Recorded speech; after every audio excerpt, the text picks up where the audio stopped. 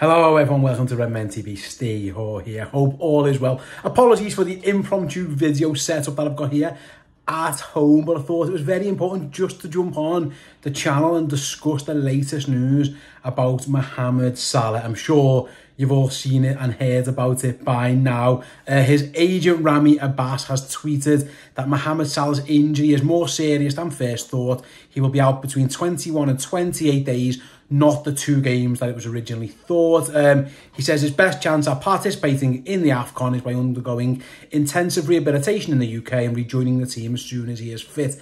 With that all being said, it feels like Mohamed Salah's AFCON is probably over. There's a chance Egypt aren't even in the AFCON anyway, very, very shortly. That 21 to 28 days gets you pretty close to a final, probably. Well, it gets you past if it's the latter end of that, he's not playing. That's as simple as that in the AFCON. And as it stands, I'll be honest, it doesn't look like Egypt are going to get there anyway. They haven't been particularly impressive. From a Liverpool point of view, if Egypt were knocked out early doors, Liverpool might hope to have had Salah back sooner rather than later. But again, on that timeline, I'm just checking here, there's a chance that he misses plenty of footy for the Reds. You're looking at maybe the game against Burnley on the 10th of February. If not that, maybe Brentford on the 17th. So he'll definitely miss Norwich in the Cup, which obviously, Fulham in the Cup and Norwich in the Cup, which we knew he'd probably missed anyway. There's Chelsea on the 31st of Jan. Arsenal, which is the big one. Arsenal away on Sunday the 4th of February. Then Liverpool play Burnley at home on the 10th of February and Brentford on the 17th. Now, we've seen in the past Mo's a relatively quick healer, but even with that being said, the likelihood of him being back for that Arsenal game, even if Egypt were knocked out of the Cup, looks very, very, very slim, which, like I say, is a blow for everyone involved. The glass half full way of looking at this, and this again, it's never good when a star player is injured. Of course it's not, but maybe from a Liverpool point of view, if we treat this as if Salah was away because Egypt had got to the final of the AFCON, then effectively he isn't missing any too many more games than he would have in that situation anyway. And he's also not putting the extra miles in his legs, and that could prove really, really crucial come the end of the season. It's never nice, of course, when players get injured. It's a stinker, but what it might do for Salah is just allow him to have a bit of time off. So he got injured a couple of days ago. I think it was the 18th. He'll be off potentially until the 17th. He gets a month off without playing. Now, he's going to be doing intense rehab, of course he is, but he's not playing that many games. And we've seen, for example, with the likes of, I'm thinking of Alexis McAllister, who we all saw at Bournemouth yesterday. He's missed time with an injury, and it feels like he's come back in and he's really, really fresh. He hasn't gone through the grind of loads and loads of games, and potentially that could happen for Salah. Now, of course, things can go the other way. Hamstring injuries are notoriously difficult to get over for some people. Maybe not for Mo Salah, because he is basically a freak. And I mean that in the nicest possible way of the word freak. He's almost superhuman. He very, very, very rarely gets any injuries. This type of injury is very uncommon for Salah. Probably goes to show the demands that are being put on footballers at the moment. With game time and schedules. Even someone like Salah, who, like I say, his fitness record is phenomenal. He's hardly missed any games for Liverpool other than when he's away with Egypt in AFCONs. It's very, very, very rare that Mohamed Salah isn't fit. This type of injury should act, it probably won't, as a wake-up call to the authorities of just how much they're putting these footballers through. Liverpool this season have even tried to look after Salah a bit more. There's been Europa League games where he's sat out, he's been subbed off a couple of times. If Liverpool were in a season where, they were playing Champions League football as well, which they often are, and they're going to be again, it looks like anyway, unless something dramatic happens, they're going to be in one next season. If that was the case, Salah would have played even more and even more minutes. And I think this should act as a wake-up call that even people like Mohamed Salah, who are effectively superheroes in terms of their reliability and their fitness, even they're getting injured. Something needs to be looked at in terms of the schedule. I think it's obvious. And the AFCON issue is never going to go away. It is what it is. It's never ideal that it happens in the middle of a season.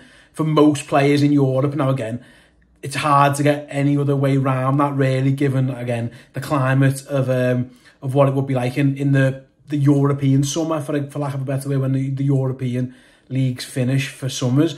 It's probably not really likely that you can play in Africa at those times, given the changing climate as well. But it is definitely an issue it is something that's causing issues there. You know, the best player at the AFCON, the most famous player at the AFCON, is injured now.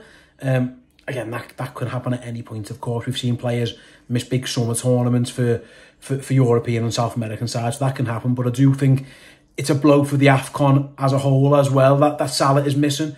But from a purely selfish Liverpool point of view, like I say, we can get by without him. Liverpool showed yesterday they can get by without Salah, but the fact that, you know, that Arsenal away game would have been one that, you know, we got to be careful. Like, I'm sorry to the Egyptian fans who are watching this, but like, from a pure Liverpool bias point of view, I wanted Egypt to get knocked out the AFCON pretty much straight away and to have Salah back. And there's a chance that could have happened for the Arsenal game, but this injury situation means that's unlikely to happen now. Well, it seems very, very unlikely that Salah will be fit for that one.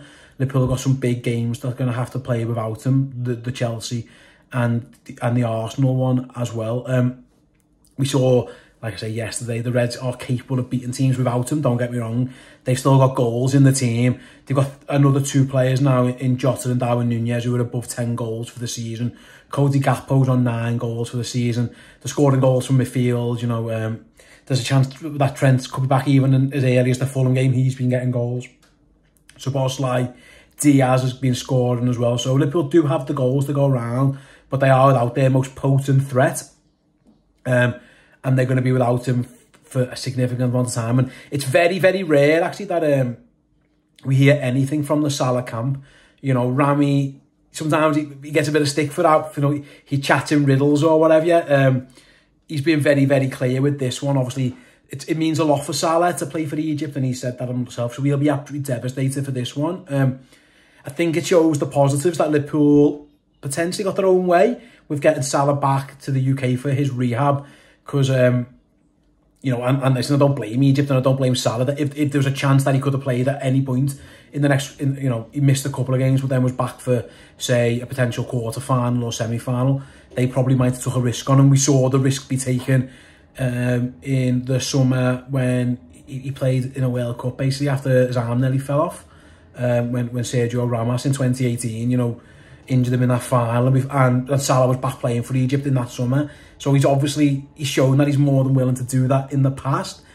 Again, I don't know who's made this decision on who got him back to Liverpool or whatever, but it looks like it's been a real blessing, because whatever the diagnosis is, it's clearly changed than what we first thought it would be, where Jurgen Klopp and the Egyptian FA were talking about Salah maybe getting back for a semi-final or a final. This new time frame, the 21 to 28 days, puts that in real jeopardy. So for Liverpool, it's kind of as you were. It's almost like they've lost Salah for the entire AFCON anyway, which could have been a possibility. So Liverpool would have planned to potentially play these games with Salah.